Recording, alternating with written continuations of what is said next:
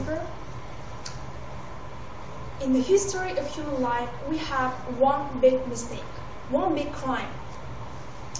Since the recent years, there is a form of slavery being existed. So, in the history of human life, there was a point where people were treated as objects, as slaves. They were treated as objects. They were not considered human beings. We consider this a big crime against the humanity, against those who were considered objects. We believe that slavery was a big mistake. It was a big mistake in the history of our world, which has not been fully repaired and fully received some reparation and compensation. So today in this motion, this House believes that reparations should be paid to descendants of slaves. We will explain why exactly we believe that the descendants of slaves should receive reparations and how we will do it. So let's start with some definitions to make everything clear. Reparation we define as replenishment of a previously inflicted loss by the criminal to the victim. In our case, the victims are the slaves. And to be more clear, we are defining slaves as descendants of slaves, as the descendants of the Afro-American slaves in the United States. So, the status quo, the problem we have today is that a mistake has not been corrected. Those slaves, after they were freed, they did not receive any reparations. They did not receive compensations for the crimes that were committed against them. And now, we should do exactly that. Those slaves were now probably dead, but their descendants are still alive. And they all bear the scars inflicted on their ancestors.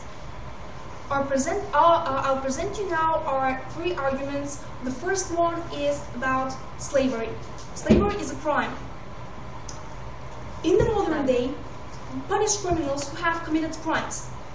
They serve sentence in prison, they spend time in exile, or they pay reparations. They do those things in order to compensate in some way for their crimes, for their deeds.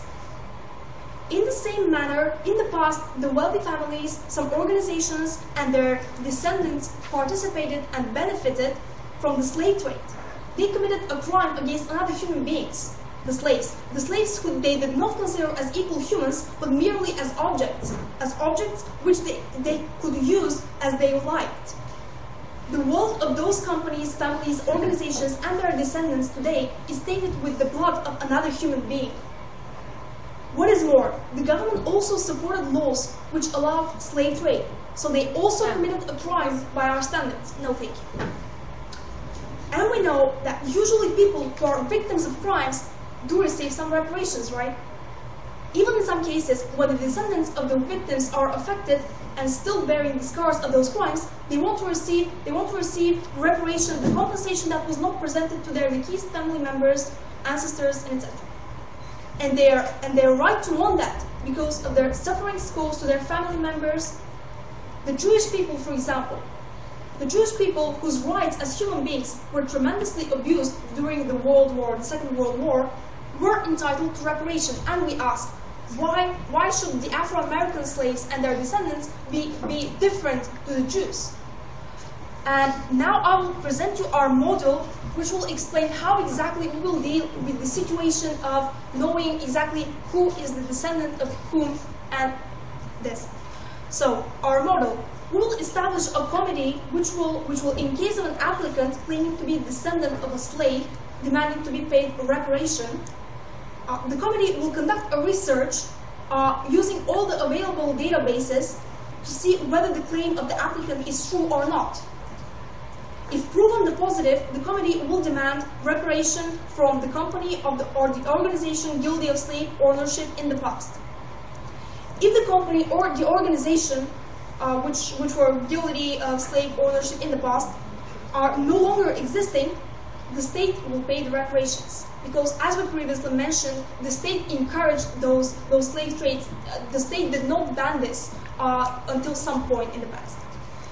So, to be perfectly fair, The committee will consist of historians, of independent lawyers, and UN official representatives in order to make everything perfectly clear. Yes, thank you. Will you be paying everybody the same amount of money, same amount of reparations, or are you going to be assessing them on the harms that they face or face? Well, this is a good point. I'll move on to that. Exactly. The reparations we pay are exactly the same amount of money because obviously we're trying to be fair and we're trying to make clear that everybody should receive the same amount of money. So I'll develop now my first argument about the slavery and how slavery is a crime. So, Madam Speaker, we believe, Madam Speaker, Mr. Speaker, Mr. Speaker, we believe that slavery was an important mistake and crime. We gave you example with the Jewish people, with the Jewish nation, who during the Second World War were tremendously abused and violated their rights. Their rights were not considered at all. They were killed. They were sent to gas cameras and etc. And after that, they demanded to be paid reparations. They wanted to have the compensation their family members were abused, and after that they wanted reparations, and they were perfectly right to want this because human life and human dignity are important parts of our lives because we're all human beings. And if we are victims of some kind of a crime, it is obvious that we will want some kind of reparation. This House will pay reparations to descendants of slaves because their ancestors did not receive such reparations. Moving on to our second argument, the scars of the past. No, thank you. Although they live in the present, the descendants of the slaves live in the present. Even though the descendants of the slaves in the past have the same rights as any other man or woman in our society, the scars of the past are still haunting them. Looking back, they see how their ancestors were mistreated, how their rights were violated. They were seen as objects. How they see how they were whipped and chained and not considered humans. And all this they consider as a crime of the state or the organizations that were treating their ancestors as crimes against them and their family and their whole line as a whole. So, if we look in the history books, we can see, oh, slaves were mistreated. After that, we freed them, and nothing happened. Okay, we left the slaves to whatever they would like to do. So, for the aforementioned reasons, namely because slavery is a crime and the scars of the past are still haunting the descendants of the slaves, we beg you to propose as the proposition.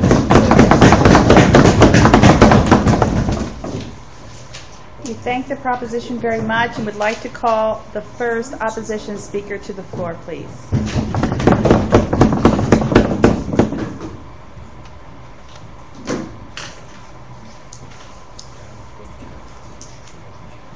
In 2008, the Canadian government paid reparations to the families victim to residential schools, where almost all Aboriginal children suffered from rape, sexual abuse, and physical abuse. Ladies and gentlemen, this systematic cycle of harm still exists in society today, where over 70% of Aboriginal youth suffer from isolation and other psychological disorders. And it's on this basis that side proposition isn't fixing the real problems we are proud to oppose. Now, what are we going to prove to you today? Well, our burden is twofold. Firstly, to prove that this resolution is ineffective in solving any problems that are faced by the descendants of slaves, and two, even though we don't have to, we will also work to prove that the money that would be given could be better used in attempting to solve the problems that exist. Now, we'll be doing so through three contentions. Firstly, I'll be talking about ineffectiveness. Then I'll be talking about the blanket solution of this motion. And thirdly, my partner Martine is going to talk about feasibility. However, before we do this, let's look at what side proposition tried to tell you in their first speech. So the first thing we take contention with is their definition of reparations. They basically said it's like previously replenished costs that were like taken away from these slaves. But they didn't explain how, ladies and gentlemen. They didn't give you the example like how much money they're going to be given. They didn't give you the example like how you're going to determine this money, how you're going to determine who was enslaved, etc. And they didn't like tell you if like all slaves are treated the same. But then they told you later on in their case that everyone's going to be treated or paid the same amount of money. Now, ladies and gentlemen, we think this is ridiculous. It shows like these people that were descendants of slaves, that like everyone was treated the same and there's no weight of the difference, which is essentially the government just saying, okay, we're willing to brush you aside and be like, here's your money, now don't talk to us anymore. We don't think this is a justified attempt to like make sure that slaves are compensated. They brought you 2 points. The first point was essentially about slavery. They told you a few things. They told you that slave families were like tainted by the blood of other humans. They told you that victims should be compensated for this, and they gave you the example of like Jewish individuals in World War II. Well, let's look at that example. We tell you that this is like a modern example where the Jews were like given this money right after World War II, ladies and gentlemen. This isn't like relevant to the debate because slavery happened so long ago. We think that it's effective when you give it to someone right after like all the harms were incurred, but because it's not like that, we don't think that point stands. We don't think that example is beneficial. But let's respond to it as a whole. We tell you that, first of all, this doesn't solve the current problems that exist in society today, which is within my point. But second of all, it would have been useful like right after slave liberation, and like now the systematic racism exists due to slavery. We think it's ineffective, ladies and gentlemen. Then they brought to you like this smaller point about how like the descendants of slaves live in the present and the scars of the past are still harming them. Ladies and gentlemen, we agree that slavery is bad. We would tell you that this isn't the right solution to like properly compensate slaves or descendants of slaves. We don't think that it's like effective, and that's in my point. We don't think it solves the current problems. So now that I've thoroughly debunked their case, let's get into my first point, discussing ineffectiveness. So the first thing we have to ask is why we pay reparations.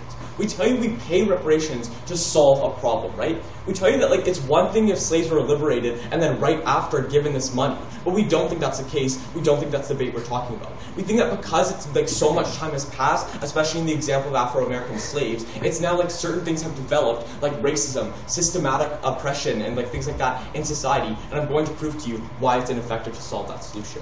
So the first thing we ask under this point is what problems do the descendants of slaves face? And we tell you that both sides agree that it's not because they're slaves now. We think it's either, 1, they're mentally scarred that their family were slaves, or 2, they're living from the effects of ancestor slavery. So the whole like mentally scarred idea. We tell you that they face psychological harm in knowing that their ancestors were slaves. But for now, let's focus on the majority of incidents where they're like living from the effects of slavery. So we tell you that they don't really know like if their ancestors were slaves and thus don't really feel like a personal connection to it.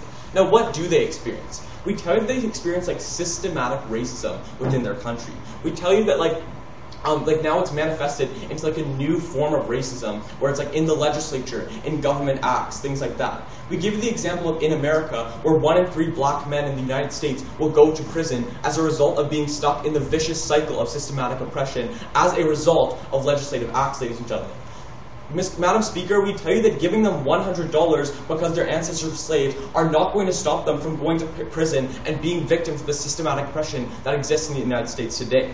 Now, we tell you that racism is the cause of slavery, right? We tell you that in the 1950s, African Americans were fighting for their rights. We tell you that in that period of time, they weren't able to find housing due to the color of their skin and things like that. We tell you that the situation hasn't really changed in society today. We still like see systematic harm existing, where because of the color of your skin, you're not able to get a house. Now, we think that like it exists in many states in the United States, and we think that side proposition isn't really harming that or fixing that. And we'd also give you the example of like the war on drugs. We tell you that the usage of drugs between people that are white and people that are black are relatively the same. But we tell you that the incarceration of black people in the United States is drastically higher. Now, why is this important? Why is this relevant to the debate? Well, it shows us that implicit racism still exists in society today, and that paying reparations doesn't solve that inherent problem. So now that we've identified the real problem, which we think that side proposition doesn't understand this debate, we have to look at why paying reparations not only doesn't solve the problem, but also takes away from the ability for like further methods to end the systematic racism that exists in society today. Which leads me into my second point, entitled the blanket solution. Now, within this point, I'm going to prove to you this isn't a concrete solution to like solve the problems that exist in our society today. We give you the example, actually I'll take you now. Don't you think that there are a lot of organizations who are for fighting the racism, and there are not a lot of organizations for reparations? Okay, ladies and gentlemen, thank you for that point. My partner Martine's going to explain why the money that could be used for this is better used in other areas to solve this racism. But we tell you that the money that's going to be caused for slavery could be used to invest in social services that are going to end the systematic abuse that exists in societies today. So we think we went on that point. So first of all, let's look at people who are mentally scarred from this idea. This is where I kind of move forward from my last point. We tell you that if they're so scarred that it's hindering them to find success, they're most likely under the poverty line. Now, what happens if you give them a check because their ancestors were slaves? Well, first of all, it shows that the government doesn't really care and that they're just throwing money at them. But second of all, they'll be more likely to use it in the short term rather than the long term because of their current situation. We tell you that this mental state incentivizes them to not know how to spend it, and they don't have the knowledge of funds, so they're going to buy short-term things like alcohol and drugs, etc. We give you the examples of Aboriginals in Canada where they didn't really know how to use the money the government was giving them, so it didn't really solve the problems. But secondly, we tell you the people that weren't as directly harmed are still facing oppression because under poverty, they're going to show the same short-term usage of this money. We don't think it solves the real problem. Even if they were going to buy a house with this, we don't think it solves systematic abuse that exists in society.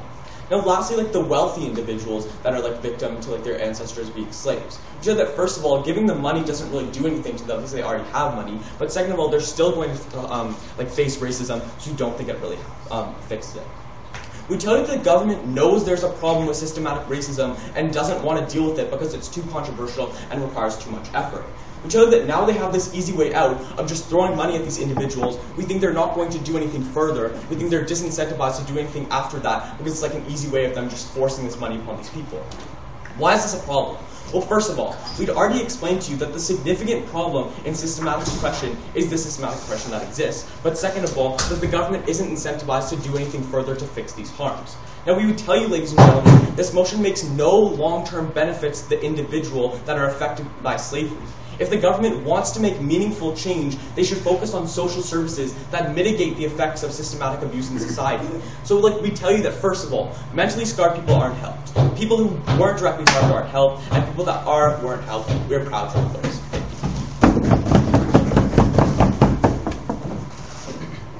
We thank the opposition team for that response. Can we please have the second proposition speaker?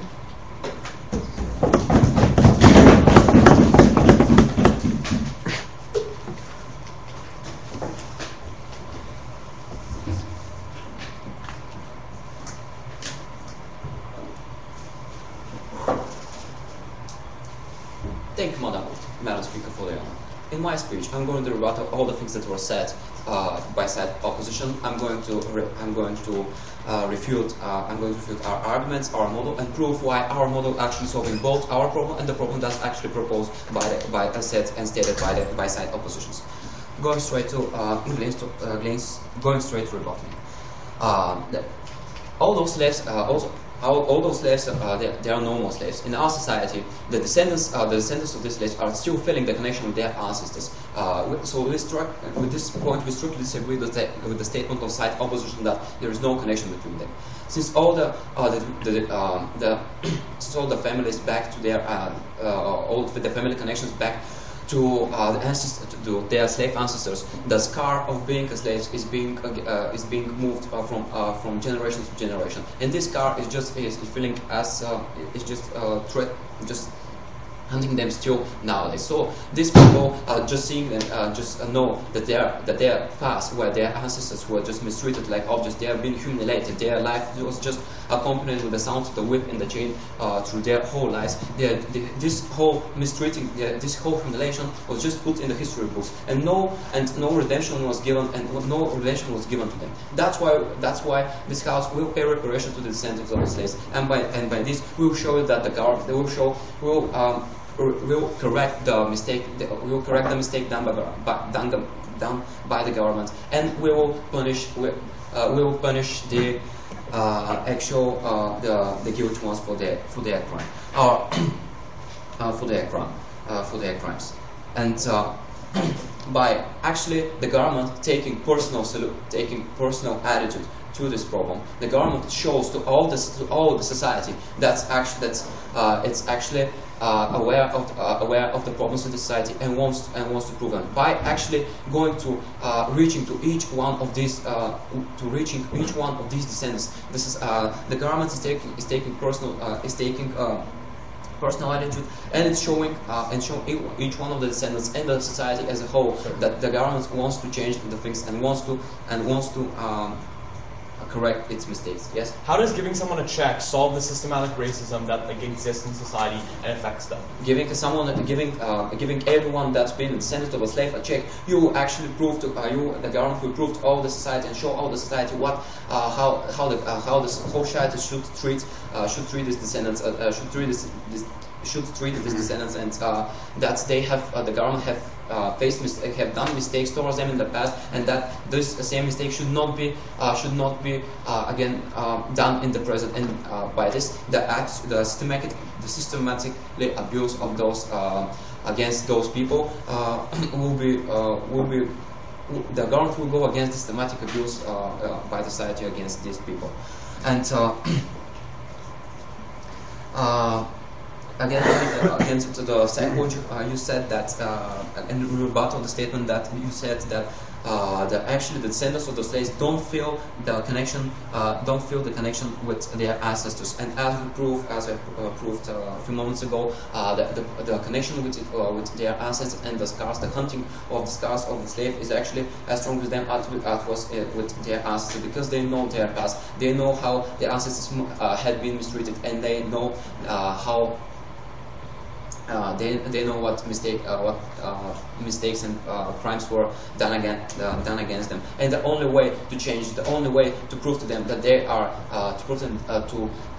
prove to them that they are not the victims of a crime, and that the government repents themselves for their crimes, is to pay reparations to their descendants. Yes, ma'am. What do you think causes more of a personal connection with these African Americans in the USA? Being stopped on the street and being frisked because they're black, or being told that their ancestors were slaves? The connection between being abused because of their skin color, and the connection between is strictly connected with their ancestors' past of being slaves, because as we know, every of the slaves were black, and this and thus correcting the mistakes, correcting the mistake, punishing the people who are guilty of doing the mistake, this mistake with the slaves. We're actually working against dealing with the racism issues that will be on the long term being completely removed by applying our model. And as you said, we are using the analogy with the reparations paid to the Jews. We said that we establish a committee. Which will take care of paying reparations to each one of applicants if it's proven that they are slaves. And this committee, as we said, it includes historians, politicians, and UN officials. In this, there will be no abuses because each background information will be checked thoroughly. And in this case, there can't be any abuses. One more, and again, in the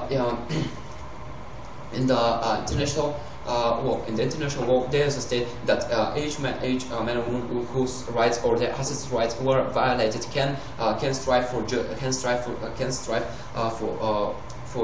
justice and. Can strive for justice, and this is what we're on side proposition we are defending. We are defending the rights. We are defending the violated rights of these people ancestors. And because their ancestors are no longer to the ones, we think that their descendants have the right to receive reparations for the crimes done to their ancestors.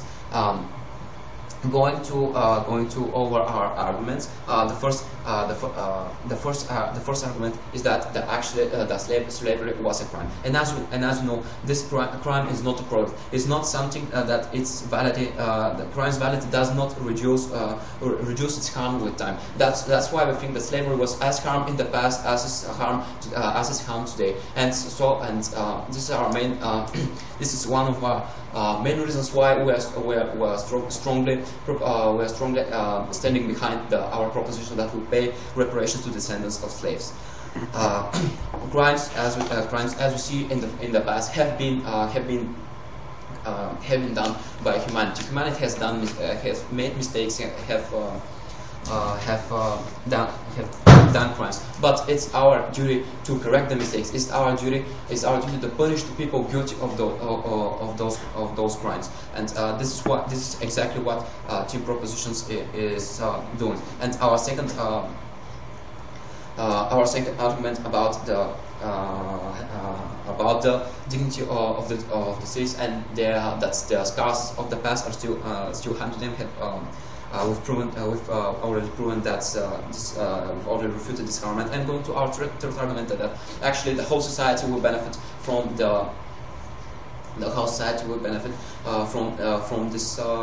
from this model, and society will see that it states that the government is actually taking care of its mistakes before, and it's not just taking with the light hand all the mistakes behind her back, with not doing anything, with not doing anything for the victims of this crimes.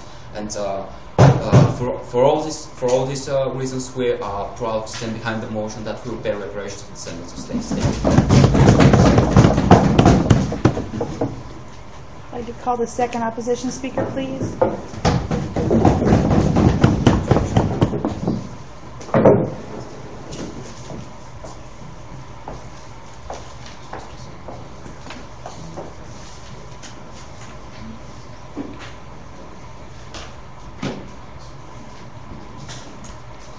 Thank you.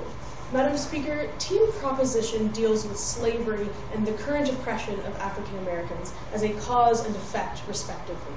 We see that slavery and the current oppression of African Americans are both effects of the causal link, which is racism and which is bigotry. On our side of the House, we want to actually intercede the root causes and the root problems. We think their side interferes with our ability to do so. I'm going to be explaining this in my constructive point about the feasibility of this in terms of the monetary angle of it, in terms of the practicality. I'm going to be starting with some refutation and rebuilding. What's the first thing we hear on their side of the House? And this is sort of their overarching point that their whole case relies on, which is that when someone commits a crime, we pay the victim, and if we personally can't pay the victim, then the state does. What do we tell you to this? If we are using this black and white logic of like a normal judicial process, then we would send the offender to jail. Well, we can't do that because the offender's dead, so that already kind of throws out that traditional judiciary system. In addition, there's a statute of limitations in a normal judiciary system.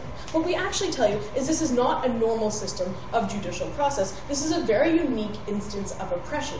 Now, what we could do is go hundreds of years back in time and throw some money at the problem, or we could fix the system that metastasized from the system of slavery in a more meaningful way. We think our side of the House gives you this, and this alone. It gives us this example of how after the Holocaust, Jews were compensated. We think this was immediately after, and therefore does not apply. We think after emancipation in America, it could have been very valuable if we had reparations, but we didn't then, and they're not helpful now. We think that example of the post-Holocaust reparations does not apply for that reason. They keep telling us about how these communities are still haunted by the past, again and again and again. We tell you that this is true because of the present version of the past problem. We want to fix the present version of the problem. Second thing we tell you to that is we don't throw money at our past oppressive system. We spend our money wisely to fix our current oppressive system. This is how we really make a meaningful type of reparation, not just writing a check. They tell us again and again, slavery was so terrible, it was so horrible, and it still stings. We tell you that a couple $100 or whatever amount of unspecified money that they haven't really told us whatever it is, it doesn't fix it, especially when it takes away from other social programs. I'm going to analyze this more. So Jay told you this in a POI. He asked, how is it that this small amount of money, when you look at it in the long term, helps to solve this problem? They tell you, well, it sends a message that we're committed to helping the African American community rehabilitate itself. We tell you, we can really send a message by making a real difference and dealing with the actual problems that affect African Americans today. We think it's not enough that they propose on their side of the House. I'll be analyzing this more later, but first let's do some rebuilding. We didn't hear a lot of refutation in terms of our points, so I'll just kind of like reiterate them. We tell you it doesn't solve the problem because it's not long term. We tell you we want to fix the system instead. And he tells us, Jay, in his first speech, that we give you the example of the First Nations schools, where the residential schools, where these children were abused so much, and we paid reparations as a Canadian government, but was ineffectual in rehabilitating this community. We think all these points still stand. Let's get into my constructive contention about the feasibility of this. Firstly, a practical infeasibility. Secondly, a moral infeasibility. Under my practical infeasibility, let's first talk about identification. So in 1860, 155 years ago, the American slave population was 3.9 million people. This is a staggering amount, Madam Speaker, and the bulk of them after emancipation went on to start families. Today, 32% of the American population is of African descent, and a bulk of them, if not the majority, are descended from slaves. This leads us to estimate that it's about 100 million Americans who are descended from slaves, give or take. We think it's going to be extremely, extremely difficult to track down every single one of these people and give them what they deserve, especially when our only records are non-verifiable, kept hundreds of years ago, kept by owners who would often lie to have illegal numbers of slaves, and who would often go on a first-name basis. We think these records are really, really hard. Let's talk about, more importantly, secondly, the monetary infeasibility of this, now that we've considered how hard it is to track down every single one of these people. Right now, the American government is in a deficit of epic proportion. We don't have spare money lying around to throw around to something that is not necessarily the best use of money. Now, this isn't to say we wouldn't find the money if we deemed it valuable, but our fear on this side of the House, and our prediction, is that the first place the American government goes when they need money is they take it out of welfare. They take it out of social programs. They take it out of the other things that really, really benefit the African American community today. We think this happens because of the fact that the American government sees this as a way, a short-term and cheaper way, to help the African American community by just writing those checks, one second, and taking the money out of the social programs and diverting it in this less valuable way. Yeah. So how did the United States find money to pay reparations to the Japanese after the Second World War? Okay, again, we think the money does exist. It's very hard to find, but the money does exist. We just think on their side of the house, they're not spending it the right way in two ways. One, because the money will go to valuable, long-term, ongoing social programs and into writing these checks, but also because, as Jay explained, and I'd like to reiterate an impact to you, when the American government adopts a mentality that says, we have solved the problem, we have dealt with the issue of the African American community, they are unwilling to spend more money in the future on other programs. What are these things we'd rather invest in? Job training, education, training the police for sensitivity training and eliminating their biases, a whole host of issues that are currently affecting the African American community. Not the issue of slavery, which may have affected them in the past, is less potent now, especially when you look at the other programs that we could divert this money to. We think this motion takes away from our ability to solve other things. Let's look at the moral implications and the moral infeasibility. We tell you, on their side of the house, they tell us that we're going to give the same amount of money to every single descendant of a slave. We don't think this works because we see that not everyone suffered the same amount, and it's undignified to go to the descendant of slaves and say, you were a slave in the field, you were a slave in the house, you were sexually exploited, you were not. We don't care. It's all the same. This is a very blanket solution. It's very undignified in this very sensitive manner. Then again, we don't really have any analysis on how much money they're going to be spending. Either it's a couple $100s, which is, again, undignified. A couple of weeks' worth of groceries is not enough to undo this historic wrong. But moreover, they leave open the possibility that's more money. But we tell you that if they see we have that much money to spend on a program of this nature, we think we have that much money to divest into the other things I mentioned earlier, like education, like job training, like police sensitivity training. We think that's where the money is best spent. If they see that there is money to spend on this kind of nature and this family of programs, we think it's much better spent in solving the ongoing problems and not the ones of the past. We say fix the whole system instead. When 66% of hate crimes are against African Americans, when there's an $8,000 disparity in terms of average income between whites and African Americans in America, and when 1/3 of black men are incarcerated, we think a one-time payment doesn't fix this when the system continues to harm them. A one-time payment does not do anything to help them, especially when you consider that it takes away from the government's ability and its willingness to do more ongoing things to cause the problem. We think the real way to honor the tragedy of slaves is not to make a one-time payment to their descendants. We think it's to fix the lives of their descendants, to take away the racism that their descendants face. That is how we honor our past. That is how we apologize to the slaves and their families. We don't just throw money at the problem, not let alone the same amount of money to everyone. We fix the system that has grown and developed from slavery. We actually spend the money on what matters. We think there's money to spend on both sides of the house. We don't have it lying around, so it will be coming from other African American programs. We want to spend it on the things that are currently affecting the African American community, not something in the past, not something that has grown into a bigger problem. We want to fix the bigger problem. Thank you.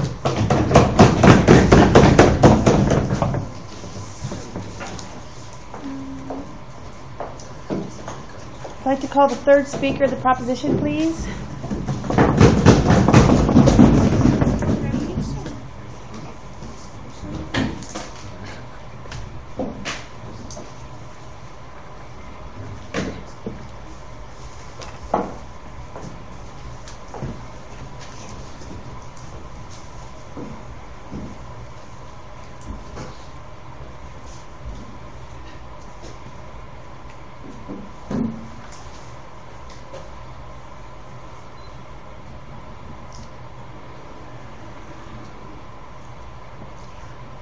So today in our debate, we are talking about slavery, one of the most important crimes that was in the past.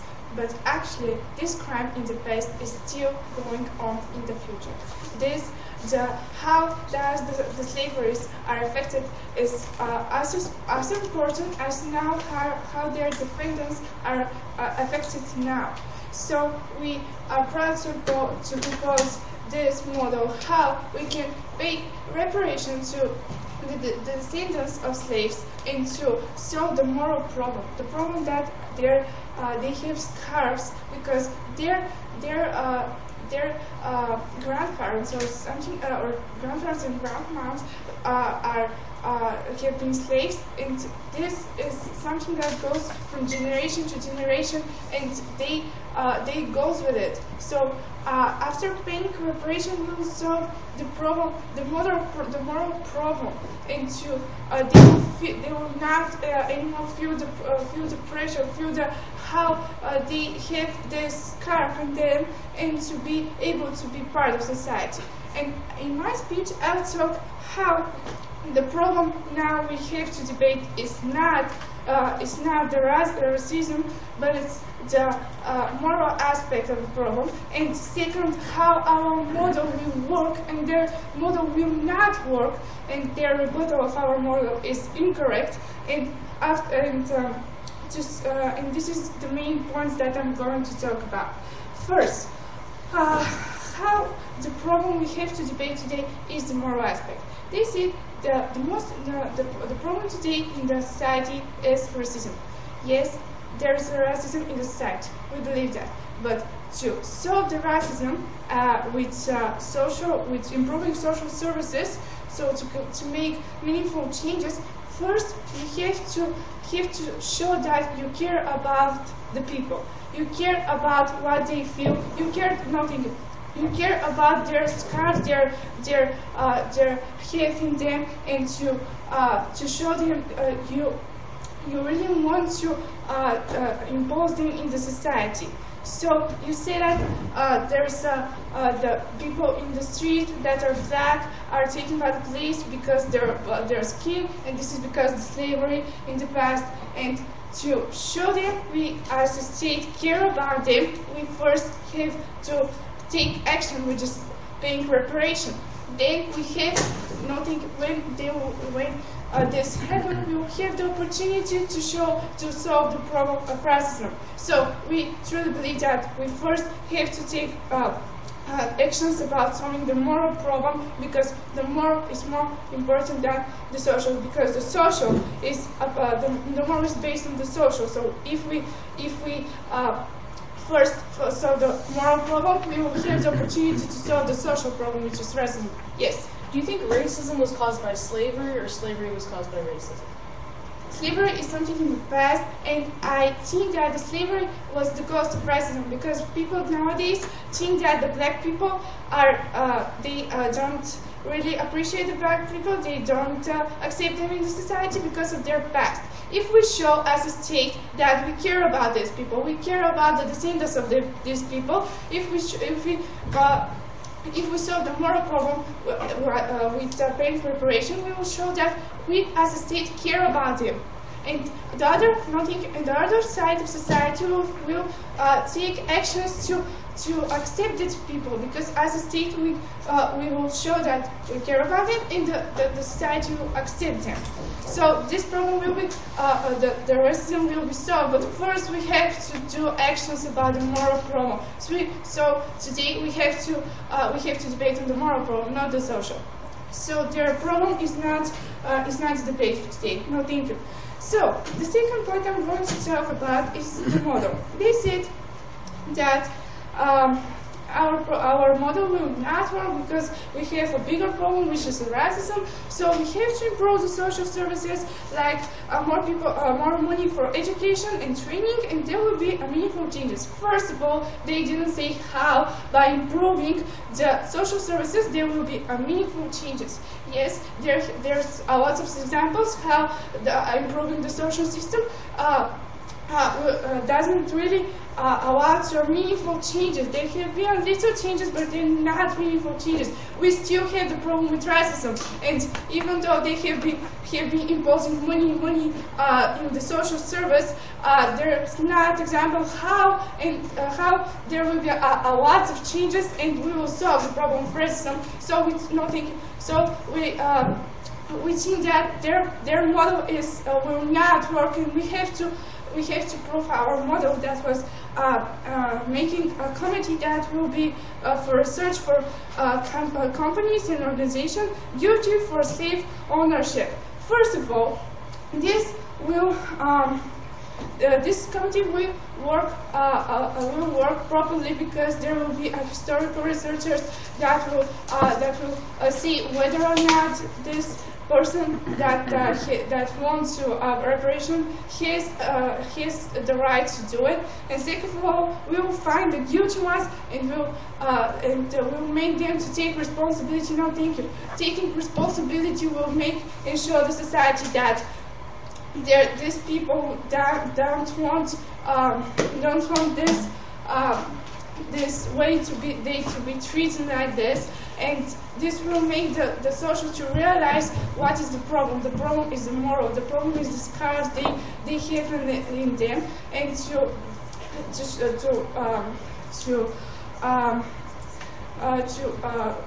go against the scars and to rid of them. We first have to show them we care about it, and we're showing we care about them by paying reparation of their descendants. And why we're paying the reparation of their descendants? Because they said, yes, your example with the Jews is not appropriate, because they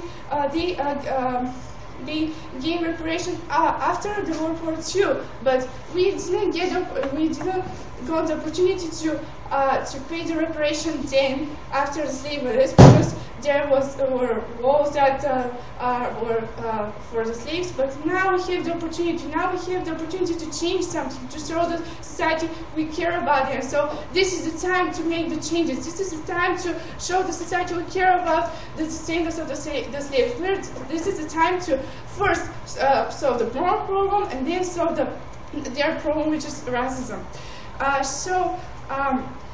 We, as a proposition today, first prove that slavery is a crime. It was a crime in the past, and also this is a crime in the future, and it's as important as the past and now. And we have to show the people we care about them. We care about how their grandparents were slaves, and how the people in the society treat them, and to impose their in the society. We have to take care about them and to pay reparation. And our second problem, that was the scars that they bring with them, is that if we have to solve the moral problem, that they don't really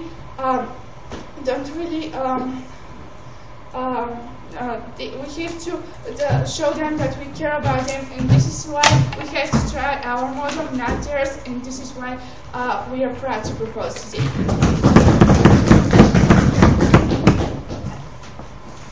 Call the third opposition speaker, please.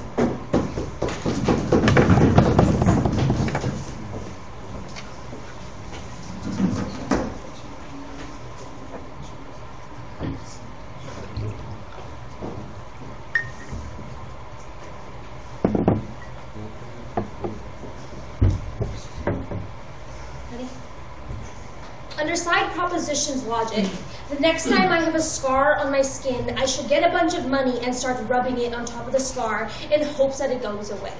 On side opposition, we simply cannot stand for this. We stand for the same thing. We want change, but we identify that the way to do this is not have a black man have money in his pocket, but still be 3 times more likely to go to jail. On our side of the house, we want to solve racism, not solve this problem that they claim is slavery. We identify it doesn't exist anymore, but we do identify that they do face the same type of oppression. Under this basis, we are so proud to oppose. Now, as your third speaker, I will be crystallizing this debate into 3 main questions. Firstly, why are we debating this resolution? Why do these ancestors of slavery, the descendants of slavery, need any help? Secondly, will this provide any change for the descendants of slavery? And lastly, is this resolution really feasible? Does this resolution really have any tangible benefits? Now let's get into my first question of why we're debating to help the descendants of slaves. Okay, on our side of the house, we think that the cause for slavery was racism, right? But we don't believe that the cause for everything that the descendants of slaves face today is the fact that they were slaves. The fact is that they are being oppressed because the laws in which they live under, the society in which they live is racist implicitly, right? So we identify that as the problem. The fact that people live in poverty isn't because they were slaves. There's been a 100-year gap in between this consequence and the consequences that they face now. So now that we firmly have established the cause is racism and not the fact that they were slaves, let's look at this question of whether or not this is really going to help these slaves, why we're talking about helping these slaves. Okay, we tell you that we can't go back and we can't undo slavery, but what we can do is stop the same type of oppression happening today, right, from happening today.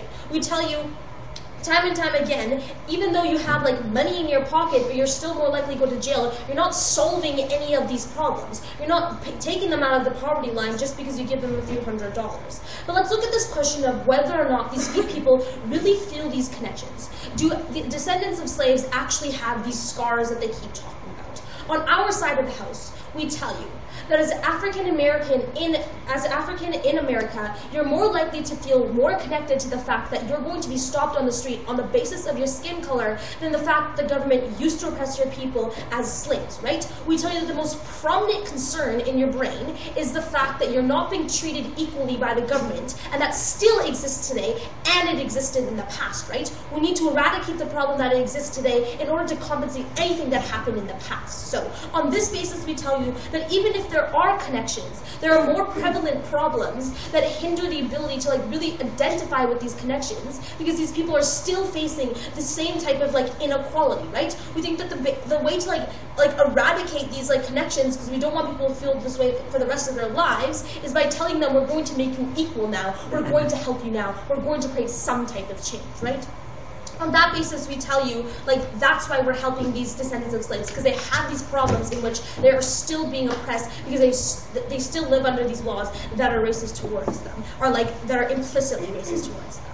Now that we've identified this, let's look at whether or not this will provide any change for the descendants of slavery. Does this resolution really do anything? Okay, first of all, we need to identify when we pay reparations. We tell you that we pay reparations when the government performed an action that explicitly hinders the ability of a specific minority or a specific group of people to go on with their daily lives, right? We don't think the fact that you were a slave is preventing you from being a free African American.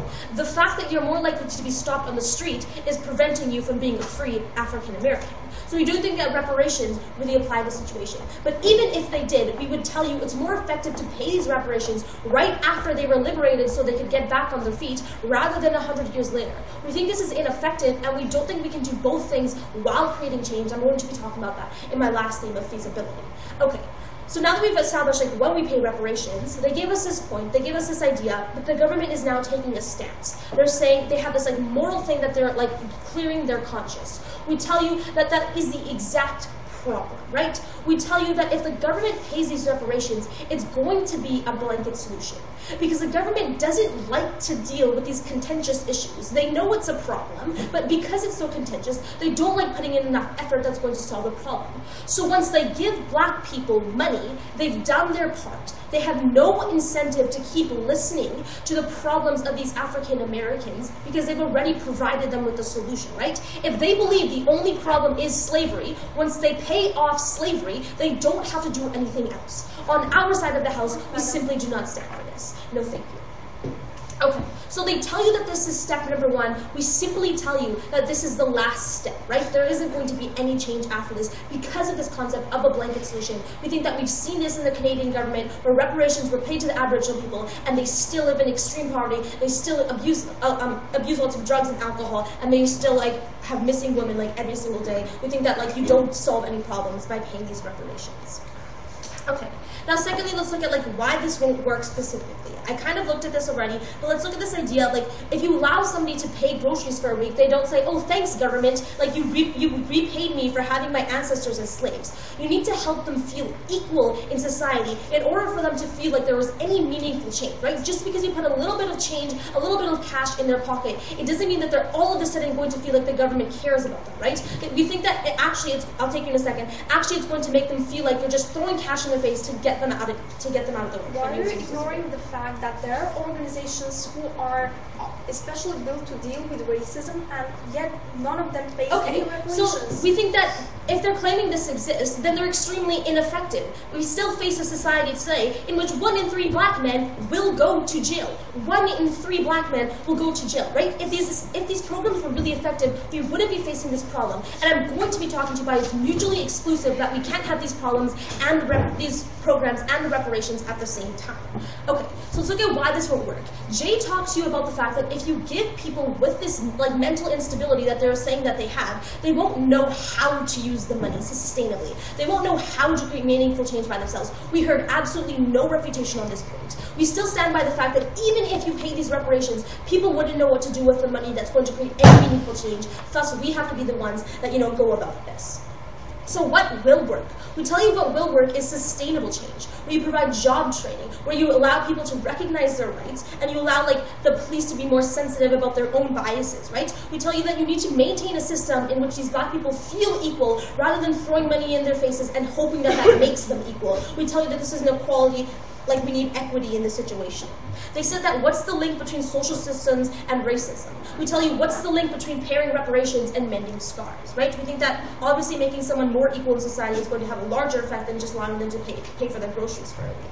Now let's look at this concept of feasibility. Now Martine brought up a great point about how it's really hard to identify who actually is a descendant of slaves. So we think there's going to be wrongful titling, people that, oh, you weren't, your grandparents weren't a slave, right? We think that that's really hard because there wasn't proper documentation. But now let's look at this idea of quantifying the harms of slavery. We say, you were raped, you were on a plantation, I'll give you a few $100s, we hope that's enough, right? Because they're giving a standard amount of money, there's no telling one person that their harm was this much and the other person that their harm was this much. Lastly, we tell you that when you take money out of this system, you have to put it somewhere else, right? You can't have these social systems be so effective if you have to take money out to pay these reparations. It's got to come from somewhere, and we think that's ultimately going to harm the system in place already, that we beg to oppose this motion today.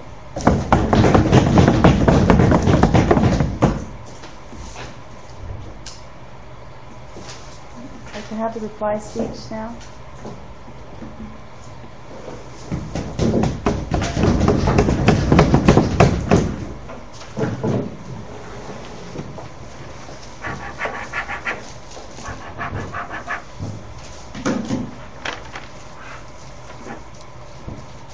Thank you. On a street in Compton, where there's a dozen black families, you can go and invest $20,000. Or you can take those $20,000 and not have them buy new fridges or TVs. You can take those $20,000 and start a school where they'll be seen through to university and pull themselves out of poverty through an education. You can go to the police department and invest in sensitivity training so the children on the street will no longer be oppressed. There's 100 things you can do to help these kids in Compton and in every other African American community today. But we think that putting money in their pockets for the next couple of years is not enough. It doesn't undo slavery. We think their side fundamentally does not solve the problem. I'm going to be analyzing this debate in my reply speech through 3 critical questions. 1, in what way is slavery present today? 2, what is the role and responsibility of the government? 3, how do we best help the descendants of slaves? Let's get started with in what way is slavery present today. They tell us that it's haunting the community. And we agree. We think it was terrible. We think it was a crime. We think truly it's an abomination. But we don't think that slavery is haunting them because it existed in the way it did. We think slavery is haunting them because the root cause has remained unaddressed and remains unaddressed on their side of the house. No one, Madam Speaker, not our side or their side, can change the emotional and human impact of slavery. We can only address the impact of the root cause, which is racism here in our lifetimes, in every country in the world. We think that is the way that slavery is present today. Not in terms of slavery, because slavery is over, but in terms of the racism that caused it in the first place, that they're not addressing, that we aim to by rediverting these funds. Second question. What is the role of the government? They tell us two things. One, to send a message. Two, to uphold the law. Let's deal first with sending a message. Sending a message is worthless when the system is still oppressive. In fact, it is hypocritical and ironic to say, here's the message, we've helped you, we've given you a couple $100, when in reality, our whole system is still working to oppress you. We don't think that you can solve these human rights violations with a check. That's not a good message to send. We don't think these families are going to be sitting here like, thanks, Obama, now we can buy groceries for a couple weeks. Slavery is over forever. We don't think it works that way. We think that that's not a valid message to send. It's actually a hypocritical message to send. Let's talk about upholding the law. So how does this work under like a legitimate legal system? Well, we think when the crime was then legal, the perpetrator's now dead, and the victim is now dead, the only systematically legal obligation of the government is to deal with the lasting trauma and the lasting effects. The lasting effects are not slavery. Slavery is over. We outlawed it. We apologized for it. No one condones it anymore. The lasting effects are the institutionalized racism. On our side of the house, we address that. Let's clear this up. Why is there mutual exclusivity between reparation and other changes? Because one, the money has to come from somewhere. It's going to come out of other changes and into reparations. Two, governments all over the world do not want to deal with contentious issues, especially race relations in America, as they are, once again, quite contentious. So once they have funded these reparations, they're going to have an attitude that says, we're done, we've done what we can, and that's the attitude that side government themselves have perpetuated, that this is what we need to do to get it done. This attitude is nothing but harmful. Thirdly, how do we help descendants of slaves the most? We don't think helping them to buy a new fridge, or a couple weeks worth of groceries, or whatever the unspecified amount of money they've told that they failed to tell us rather is. We think we really help them by stopping the problems that are really affecting African Americans. We think if you ask the average African American what is affecting your community the most, it's not an issue of a deficit of a couple $100. It's an issue of the police oppressing us, the government oppressing us, going to jail at disproportionate rates, being targeted, being attacked. It's not a couple $100 that fixes this. We think on our side of the house, and only on our side of the house, we offer the real changes. We offer the social programs. We spend the money to cause the real problem. Because while slavery is over, the lasting effects are not. We stop the lasting effects since slavery is already over. We deal with the parts of slavery that need to be dealt with and nothing more. We think fundamentally we help the descendants of slaves more. We are proud to propose, we're proud to actually address this historic wrong. Thank you.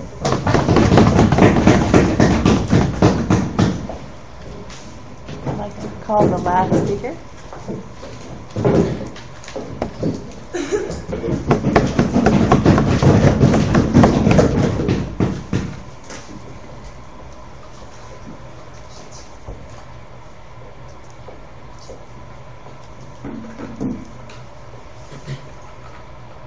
A black man is staying in his home. He's looking and remembering that his great-grandfather was misused as an object, that his great-grandfather was humiliated and used as an object. And he knows that the government's done nothing about him. He still suffers the consequences in today's world with the racism towards him in society. And on side propositions, we gave the same model that the government will use, we gave the model that will actually work, the model that will actually take government changes and resolves the problem, that will actually remove racism in today's society, and that will actually prove to the descendants of the slaves that the government actually cares about them. Today's resolution of the debate lies in the clashes in two different questions. The first of all is why it will help the descendants, and the second of all is what's the effects on the society. The first, side oppositions try to prove to us that there are not enough databases about the slaves, that many of their history and many of their history cannot be proven, and that's why our model as a proposition will not work. But we stated that, and it's not, and they've stated that actually a couple counter-stores will not help with the scars done to the people. But inside propositions we prove to you that with dealing the moral problem, but just by showing that the government takes personally its mistakes in the past, by personally punishing the people who are guilty of these problems, it will solve the problem. It will solve the moral problem, and by the government showing to the whole society the problem was, what actually the government mistakes were in the past, it will show the whole society what actually must be the treatment to these people, that they must be treated equally in the society, and by this, going from the highest ranks of power, going from the highest ranks of power, also the whole society can see why actually they're demonstrating and racism stores this part of society is wrong, and in this way the government will make the first step to changing the first step of a long-term effect that will eventually in the end remove racism and all. And going to our arguments. The first of our arguments was that crime, that slavery is a crime, and that crime must be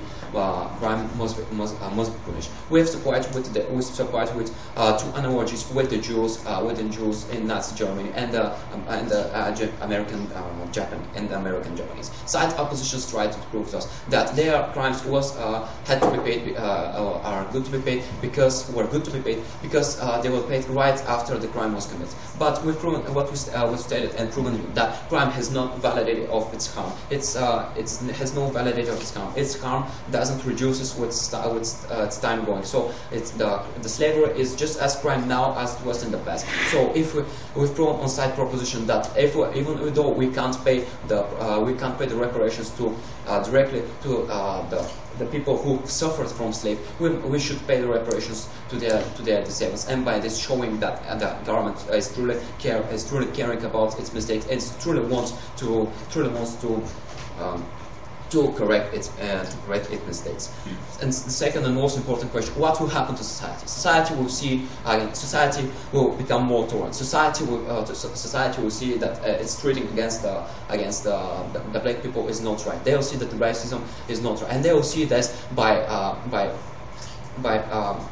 actions done by its own government, the government that this society chose. And because of this society's manners and actions towards the minorities of black people, towards black people will change. And for all these numbers of reasons, we are proud to propose this motion.